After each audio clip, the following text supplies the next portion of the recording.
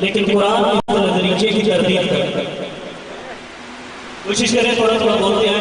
میرا اپنا گھر ہے, پانی کی حقیقت حاضری کر سکتی, آپ کی چہروں کی زیارت ہوتی. تھوڑا تھوڑا بولتے ہیں, یہ کرنے تھوڑا. اکثر لوگوں کا یہ ماننا ہے کہ قرآن ہر بندے کے لیے فائدہ ہے, قرآن ہر بندے کے لیے نفع, لیکن قرآن اس نظریے کی تردید کرتا ہے. اللہ قرآن میں ارشاد فرما رہے ہیں وَنُنَزِّلُ الْقُرْآنَ, اور ہم نے جس قرآن کو نازل کیا مَهُوَ الشِّفَاءُ, یہ شفا ورحمت اور رحمت ہے. کس کے لیے؟ رحمت للمومنین, مومنین کے لیے. یعنی قرآن اگر فائدہ ہے تو صرف مومن کے لیے. وہ جو بندہ سمجھتا ہے کہ قرآن صرف نفع دیتا ہے, صرف فائدہ دیتا ہے, اس کے لیے اسی آیت کو آگے بڑھاتا ہوں. اللہ ارشاد فرما رہے ہیں وَلَا يَزِيدُ الظَّالِمِينَ إِلَّا خَسَارًا, لیکن جو ظالم ہے اس کے لیے قرآن کا سراسر نقصان ہے. بولو میرے ساتھ, ظالم کے لیے قرآن سراسر نقصان, مومن کے لیے قرآن کا فائدہ. پہلا فائدہ یہ رحمت, دوسرا یہ شفا. میرا اپنا گھر ہے, میرے اپنے لوگ ہیں, عزت والے چہرے سے سامنے تشریف فرما ہے. جب ہم نے پوچھا کہ اگر یہ قرآن مومن کے لیے فائدہ ہے, اگر یہ قرآن مومن کے لیے نفع ہے, تو آئے تاریخ سے پوچھتے ہیں کہ مومن کسے کہتے ہیں, مومن کون ہوتا ہے. جب ہم نے روایتوں سے پوچھا کہ اللہ کو ماننے والا مومن ہے, توجہ آواز نہیں, توحید کو ماننے والا مومن نہیں, توحید کو ماننے والا موحد ہوتا ہے. پھر ہم نے سوچا شاید نماز کو پڑھنے والا مومن ہو, آواز نہیں, نماز کو پڑھنے والا مومن نہیں, نماز کو پڑھنے والا مصلی ہوتا ہے. ہم نے سوچا شاید روزہ رکھنے والا بندہ مومن ہو, لیکن روایتیں کہتی ہیں روزہ رکھنے والا مومن نہیں, روزہ رکھنے والا صائم ہوتا ہے. ہم نے سوچا شاید حج پہ جانے والا مومن ہو, ہمیں جواب ملا حج پہ جانے والا مومن نہیں, حج پہ جانے والا حج ہوتا ہے. ہم نے سوچا شاید زکات دینے والا مومن ہو, ہمیں جواب ملا زکات دینے والا مومن نہیں, زکات دینے والا مزکی ہوتا ہے. ہم نے سوچا جنگ پہ جانے جہاد کرنے والا مومن ہو, اور لیکن نہیں, جہاد کرنے والا مومن نہیں, جہاد کرنے والا مجاہد ہوتا ہے. ہم نے سوچا شاید اذان دینے والا بندہ مومن ہو, آواز نہیں, اذان دینے والا مومن نہیں, اذان دینے والا مؤذن ہوتا ہے. ہم نے پوچھا شاید اقامت کہنے والا بندہ مومن ہو, انہوں نے کہا اقامت کہنے والا بندہ مومن نہیں, مقیم ہوتا ہے. پھر میں نے پوچھا کہ ہمیں اتنا بتائیے, آپ نے کہا توحید کو ماننے والا مواقع ہے, نماز کو پڑھنے والا مزکی ہے, روزہ رکھنے والا صائم ہے, حج پہ جانے والا حاجی ہے, زکات دینے والا مزکی ہے, جہاد پہ جانے والا مجاہد ہے, اذان کہنے والا مؤذن ہے, اقامت کہنے والا بندہ مقیم ہے. پھر ہمیں اتنا بتائیے کہ مومن کون ہوتا ہے, مومن کون ہوتا ہے, مومن کون ہوتا ہے. فرق ہے ایک بندہ, اور نے کہا مومن پوچھنا ہے تو جاؤ نبی سے پوچھو مومن کسے کہتے ہیں. جب ہم نے نبی سے پوچھا مومن کون ہوتے ہیں, اپنی رسالت کا اچھا بدل گیا. رسول مسلم نے نبی سے باہر آئے, علی کو اپنے ساتھ کھڑا کیا, صحابہ کو گواہ بنا کے محمد مصطفیٰ نے فرمایا یعنی حکموں کا ایمان, یعنی مومن وہ ہے جو متقی ہے اور جو اس سے محبت کرتا ہے.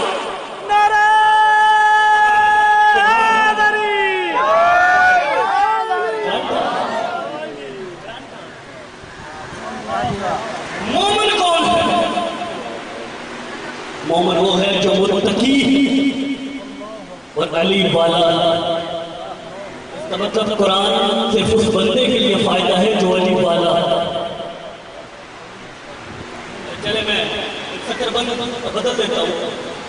اللہ نے جب قرآن میں کسی برے بندے کا ذکر کیا تو خدا نے اسے یا کافر کہا, یا مشرک کہا, یا منافق کہا. جب بھی کسی ایماندار بندے کا ذکر کیا, جب بھی کسی برے بندے کا ذکر کیا, جب کسی بے ہدایت کا ذکر کیا, تو قرآن میں یا کافر کہا, یا مشرک کہا, یا منافق. لیکن جب بھی اس نے برگزیدہ بندوں کا ذکر کیا, نیک بندوں کا ذکر کیا, صالح بندوں کا ذکر کیا, اچھے بندوں کا ذکر کیا, کتنا جویدار رکھا, اس نے صرف اور صرف مومن کہا. یا اے مومنو. اچھا چلو تمہیں سمجھ میں آ گئی ہے کہ مومن کون ہوتا ہے, تو میں ترجمہ بدل دیتا ہوں. یا ایھا الذین آمنوا, اے علی والو. یعنی اس نے نیک بندوں کو, برگزیدہ بندوں کو, اچھے بندوں کو, صالح بندوں کو قرآن میں علی والا کہا. جبکہ برے بندوں کو اس نے کافر کہا, کبھی مشرک کہا, کبھی منافق کہا. اب اللہ جانے یہ اس کا انصاف ہے یا کیا ہے. اس نے یہاں پہ بھی سبحان اللہ.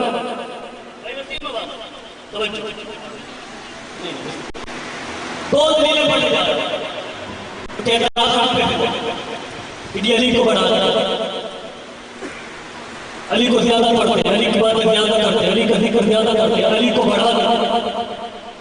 ہم پہ الزام، ہم پہ تانا، ذاکر نے کسیدہ پڑھا انگلی، مولوی نے تقریر کی انگلی اٹھی، ذاکر نے فضائل پڑھا انگلی اٹھی. ہم پہ تانا، ہم پہ الزام، ہم پہ انگلی. وہ ہمیں دیواروں پہ کافر لکھنے والوں 73 فرقے عالم اسلام کے 73 فرقوں کو میرے سامنے لاؤ، ہر ایک مولوی لاؤ. میں 73 فرقوں سے یہ سوال کرتا ہوں کہ ہمارے مذہب کی اصل حقیقت اللہ ہے. بولے وہ بندہ جیسا عقیدہ میرے ساتھ. ہمارے مذہب کی اصل، ہمارے مذہب کی حقیقت اللہ ہے. 73 فرقے اسلام کے اکٹھے کر کے ہر ایک مولوی سے پوچھ، اگر کوئی بد کہے میں اللہ کو نہیں مانتا کیا سزا ہے؟ 73 کا 73 مولوی لکھ کے دے گا وہ کافر ہے. 73 کا 73 فرقے. جواب راجہ صاحب ایک ہی ہے، عاشق بھائی کافر. ہم نے پوچھا جو نبی کو نہ مانے، مولوی نے لکھا کافر.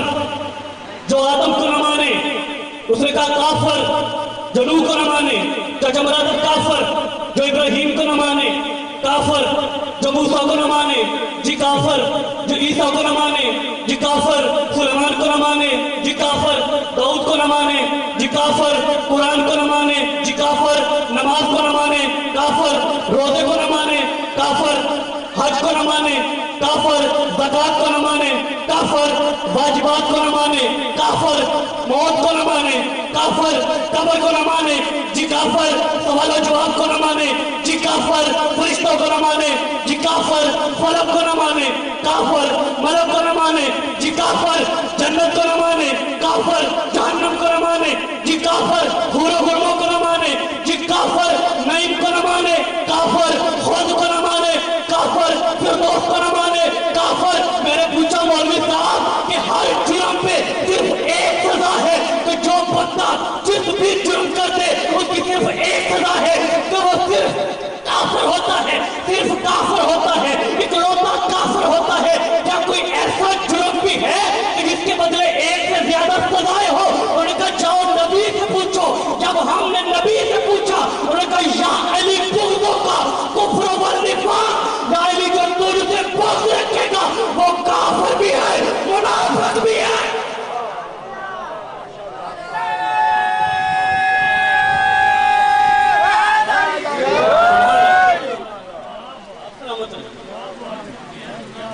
ہر جرم پہ قہری سزا، اکلوتی سزا، اونلی کافر، فقط کافر، صرف کافر. لیکن جو علی کو نہ مانے جبہ جوید عزیز وہ کافر بھی ہے منافق بھی ہے. دوسری دلیل پڑھی دیتا ہوں. کم و بیش سوالات میں بھی اللہ نے بھیجے فقط مومن بنانے کے لیے، فقط علی والا بنانے کے لیے. آدم آئے، آدم نے کہا اللہ ہے، دکھایا نہیں. یعنی نبوت ایک کام کرتی رہی ہے. جو اس نے بتایا ہے وہ دکھایا نہیں، جو دکھایا ہے وہ بتایا نہیں. آدم نے کہا اللہ ہے، دکھایا نہیں. نوح نے کہا اللہ ہے، بتایا ہے، دکھایا نہیں. موسیٰ نے کہا اللہ ہے، بتایا ہے، دکھایا نہیں. ابراہیم نے کہا اللہ ہے، بتایا ہے، دکھایا نہیں. ہر نبی نے کہا اللہ ہے، بتا دیا، دکھایا نہیں. مصطفیٰ نے کہا اللہ ہے، بتایا، دکھایا نہیں. مصطفیٰ نے کہا جنت ہے، بتائی، دکھائی نہیں. جہنم ہے، بتائی، دکھائی نہیں. حور و غلاماں ہے، بتائی، دکھائی نہیں. جنت ہے، بتائی، دکھائی نہیں. کوثر ہے، بتائی، دکھائی نہیں. جبریل ہے، بتایا، دکھایا نہیں. میکائیل ہے، بتایا، دکھایا نہیں. اسرافیل ہے، بتایا، دکھایا نہیں. اسرائیل ہے، بتا دیا، دکھایا نہیں. رسول سے کہتے ہیں کوئی ایسی چیز بھی ہے جو آپ نے نہ صرف بتائی ہو بلکہ دکھائی بھی ہو. انہوں نے کہا غدیر کا خطبہ یاد کرو جب ہم نے 100 لاکھ حاجیوں کو گواہ بنا کے پلانوں کا ممبر سجا کے علی کا ہاتھ پکڑ کے ادھر سے بتایا من کنتم مولا ہو فہذا علی مولا. ادھر سے ہاتھ پکڑ کے دکھایا بھی.